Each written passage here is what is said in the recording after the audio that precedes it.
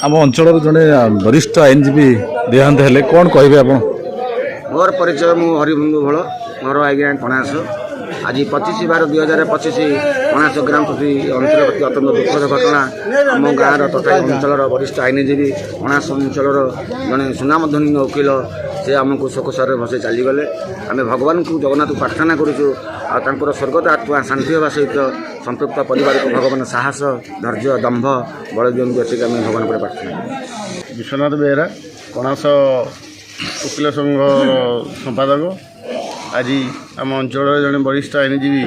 देहांत होगा द्वारा कणास बार समस्त सभ्य सभ्य आज मर्माहत आम अंचल आईन बीज बंपन कर श्रीजुक्त सदानंद प्रधान अनुपस्थित आम निजर मुरबित्त हर बसीचु प्रत्येक क्षेत्र में आम मार्गदर्शन नौ ये अंचल से जड़े जनाशुना व्यक्ति भल आईनजीवी प्रत्येक गरीब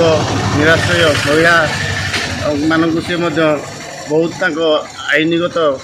मार्गदर्शन दे था और सहयोग कर अवर्तमान आम आज मर्माहत एवं आम बार आज एक भल मुरबी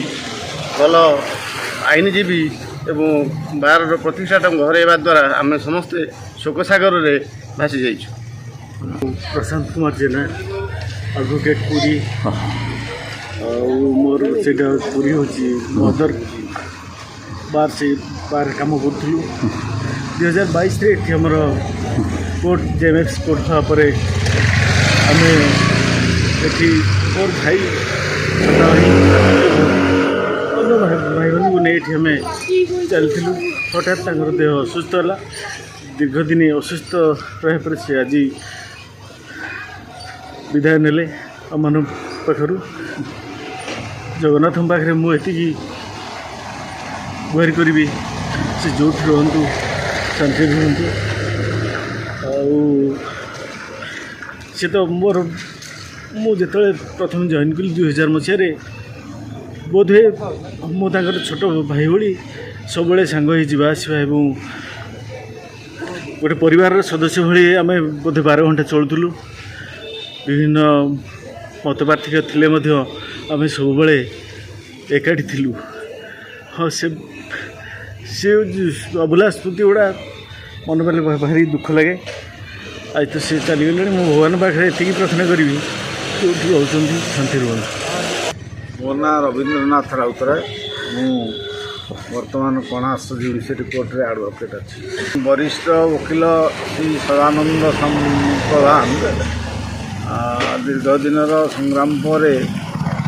विदाय नहीं आम वकिल समाज सब बहुत दुखित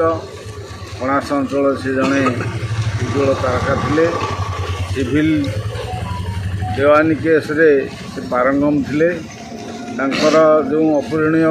क्षति घटला आम बार एवं देवानी अदालतर ता कौन भरणा हो पारनी आम शोक संतप्त परिवार को समवेदना जनाऊँ एवं अमर आत्मार सद्गति निमंते श्री जगन्नाथ पाखे प्रार्थना करूँ। आसंता काली कौन किसी कार्यक्रम अच्छी आज्ञा को लेकर आगामी दिन आसंता काली आमर कोर्टर आम सीजवार करूँ एवं कन्फ्रेन्स कर परिवार को समवेदना जनवाई पाखे उपस्थित।